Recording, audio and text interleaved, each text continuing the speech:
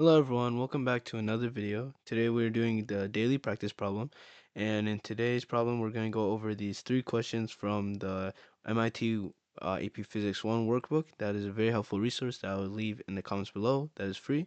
And without further ado, let's go and do the problem. So first off, it says questions 1 through 3 relate to two objects that start at x equals 0 and at t equals 0 and move in one dimension independently of one another. Graphs of the velocity of each object versus time are shown below. So the first question says, which object is farthest from the origin at t equals 2 seconds?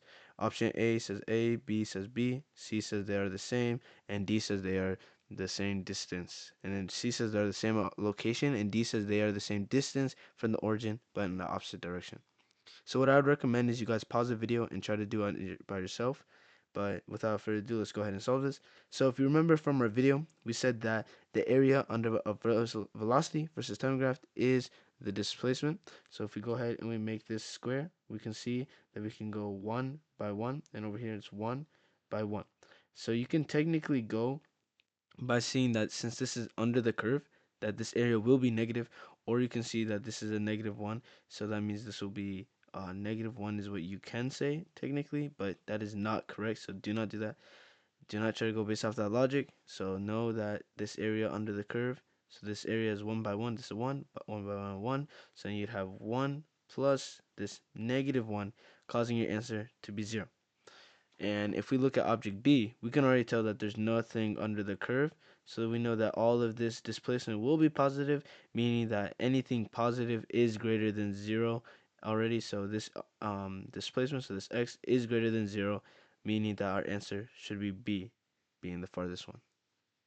Next up, question 2 says, what object moves with constant non-zero acceleration? So acceleration is the slope of the velocity versus time graph, and going off object A, we can see that the slope here is 0 and the slope here is 0.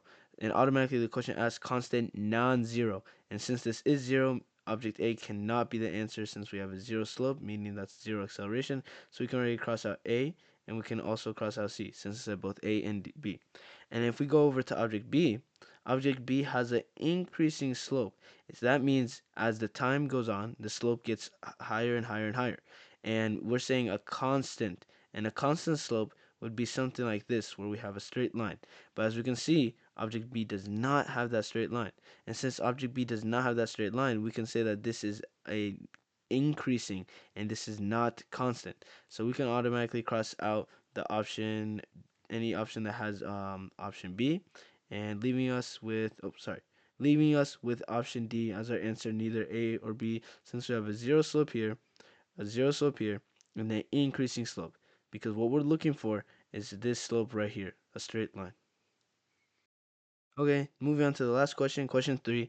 Which object in its initial position at t equals 2 seconds? So this is going back to question 1, talking about the displacement. We can already go on to object A, and we said earlier that the displacement is 0.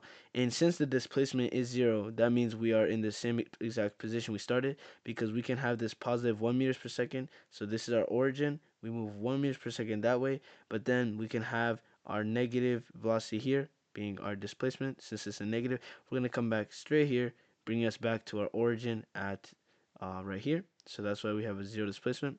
And it's double checked with object B.